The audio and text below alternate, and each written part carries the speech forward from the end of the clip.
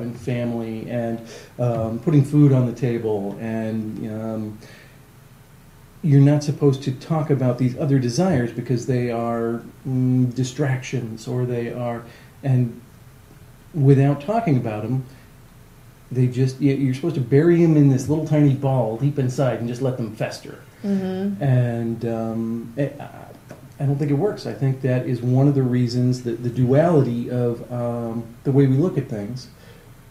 On the surface, we're not supposed to have affairs. We're not supposed to talk about sex. We're not supposed to admit to our loved ones that this is important to us, or that we want variety in our sex life. I lost my train of thought. Well, I want to know, can I ask you a personal question? Sure. Have you had sex in Shameless Grounds? Before it opened or something? Or after hours? Or? Depends on how you define sex. Ah.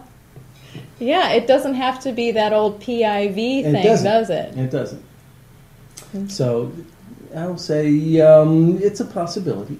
Do you know that I find that the library in Shameless Grounds to be very sexy? That is a fun library. And Shameless Grounds, if you go to shamelessgrounds.com, you can look at pictures of it. And Shameless Grounds is located at the corner of Sydney and Ohio, on the south side of St. Louis, very close to the intersection of Jefferson and Grayway. Okay, so it's right in that kinky armpit that I have to go to all the time because everything good is down there. South Grand and the Grove and Soulard and, yeah. All kinds of good stuff. All the festivals and Cherokee and... it's such a great, great place. There's so much personality and individuality, and I don't know if they know about chain restaurants and things in that area. There are very few chains there. There's a lot of lovely independent restaurants that I just love. Yes, and you live near there too, so everything's right there. It walking is. Distance. We really could walk to just about everything. Oh my gosh, I love South City. That's so awesome. So Shameless Grounds has a beautiful color scheme. I would say it's colors that I like a lot. Mm-hmm. Would you like orange, goldish, burgundy? Deep orange gold color, burgundy, red, and like a coffee latte brown. And we wanted to make it very warm and very inviting. And did you and Michelle come up with those colors, or did you have a designer? We kind of did. We had a designer by the name of Dallas Moses who did our logo for us. And that logo's awesome. Well, there was a long process going back and forth on the logo of, ooh, that's close, but that's not quite what we're looking for. And we must have gone back and forth half a dozen times with different ideas, and finally came out with a logo we really liked. And those colors were in it, and we just kind of pulled those colors out and put them into the coffee shop. Oh my gosh, that's so great. So anyway, so the library, how did you think this coffee shop, you have a sexuality library?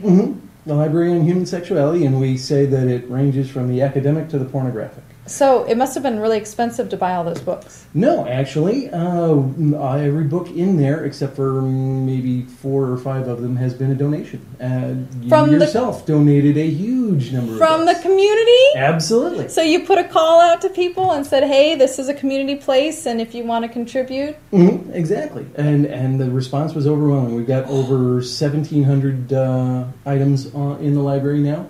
And you have them all cataloged? We got them all cataloged. You can search through them. They're all on shelves according to author. And within each genre, there's queer fiction, there's kink, there's biographies, there are... Erotica. All kinds of erotica. And magazines. There is a huge load of... He said load. Huge number of 80s, 90s, and early 2000s mainstream porn magazines, Hustler, Playboy, Penthouse, etc. Whoa, sounds like a lot of pubic hair. That were literally delivered to Shameless Grounds in the bed of a pickup truck. Oh my god! So yeah, we literally received a truckload of porn magazines. Truckload of porn. So you can go see that. Absolutely, and you can check it out. It's just like the library. You get yourself a library card from us, and you can check out anything you want for 2 weeks. And how is that going? Are people getting sticky fingers? Are you getting stuff back? Is it good? We've only found one thing so far that might be missing. We found an empty DVD case, but it was actually down, kind of stuffed into the cushions of the couch, and it may well have been there for some time. I don't know. But that's the only thing that we think has been, that might have been light-fingered at this point. Yeah. Well, you know what's neat with my website coming out soon? I do a lot of reviews, and every book that I review, I plan on writing it up and then donating it to Shameless Grounds. Oh, awesome. So that's my plan. In fact, I just donated the one that I wrote or did recently, Goddess Bedtime Stories, which was erotica that was put out by Athena Sex Toy Company, and that was kind of cute. I was surprised at the raciness in there, but I have a trouble with erotica. Do you like erotica? I love erotica. I've tried writing it a bit, and it's one of the hardest things I've ever had to write because there are only so many adjectives you can use. I know. So, and there's some pet peeves that some people who have to read it a lot, they get really annoyed with nether regions or her wet sex or something. How many euphemisms can we come up with? And some will stick the wrong way, and they're not sexy. No.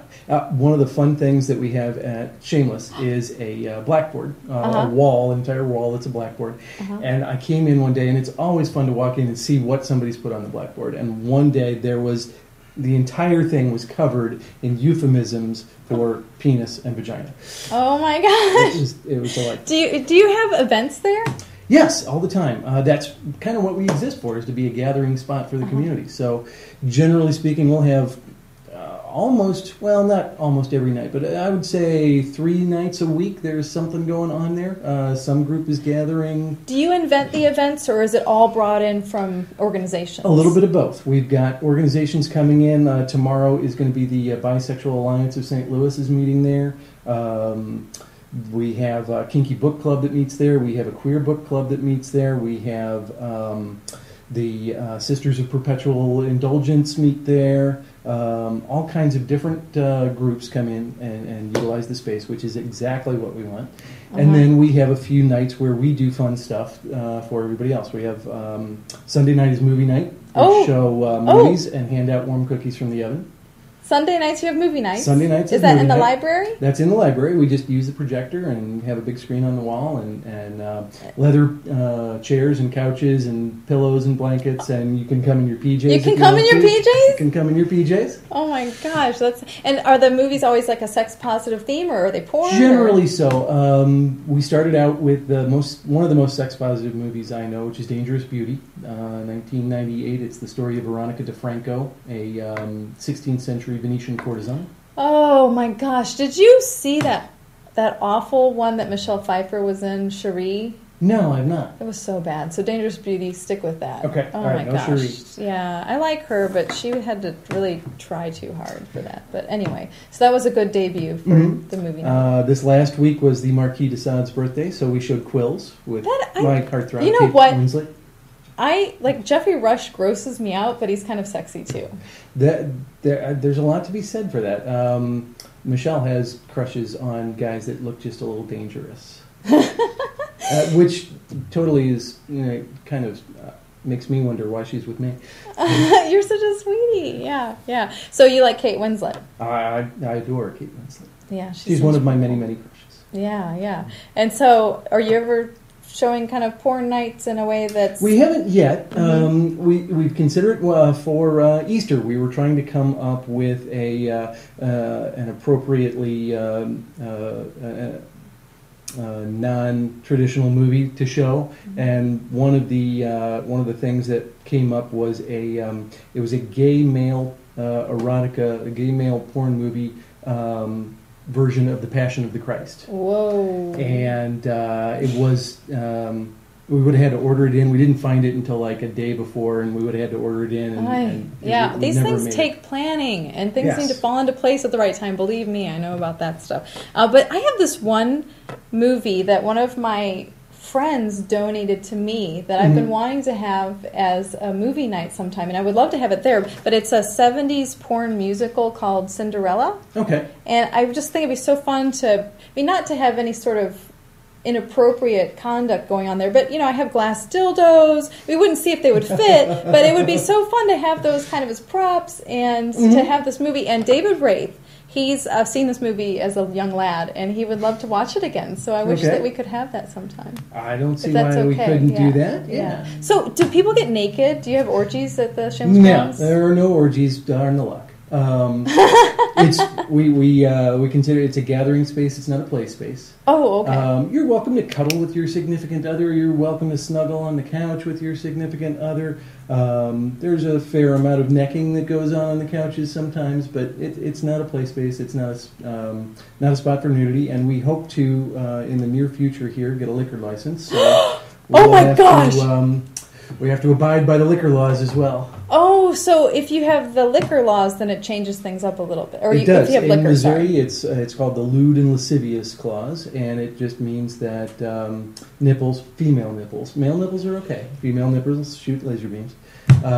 Female nipples and all genitals must be covered at all times. So what about literary nudes? Don't you have literary nudes there? What is that? That is an event put on by Sugar Cyanide and Rocky Andreotti, and they do a reading from a classical piece of literature of some sort, and then a sketching, a fine art sketching or photography of the models who read, and that is a pasties and panties event. So it is technically legal. Oh, okay. But they asked, I'm one of the co-founders of Sex Positive St. Louis, and we actually have almost all of our events at Shameless Grounds.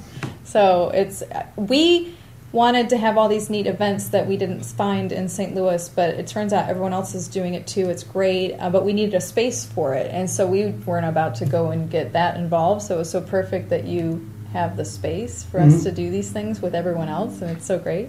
That's exactly why we have the space, is for people to use it. Yeah, so Literary Nudes, I hear that we're collaborating with them in July. I think it's July 29th, it's late July. Okay. And there's going to be actual nudity for that one. Okay.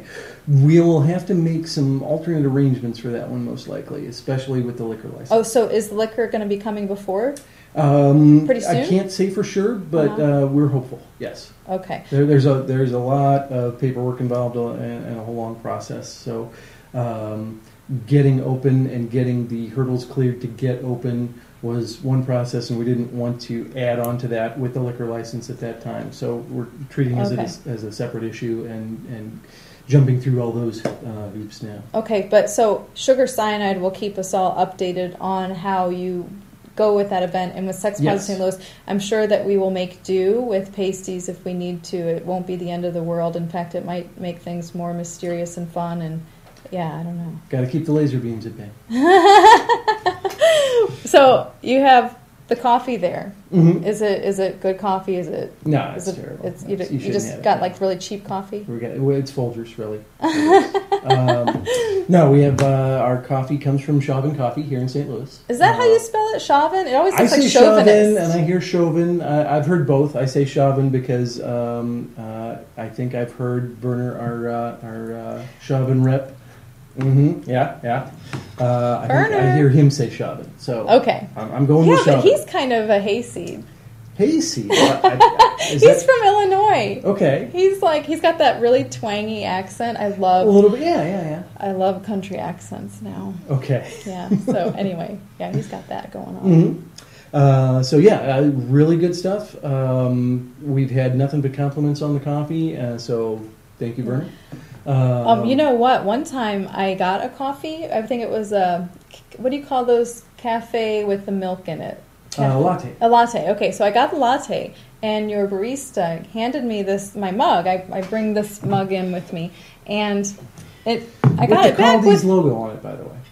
That's how cool we are. I was that you'll cross-pollinate a little bit. Well, David Wraith jokes that he's polyamorous when it comes to coffee houses. So he goes to you and Mocha Bees back and forth.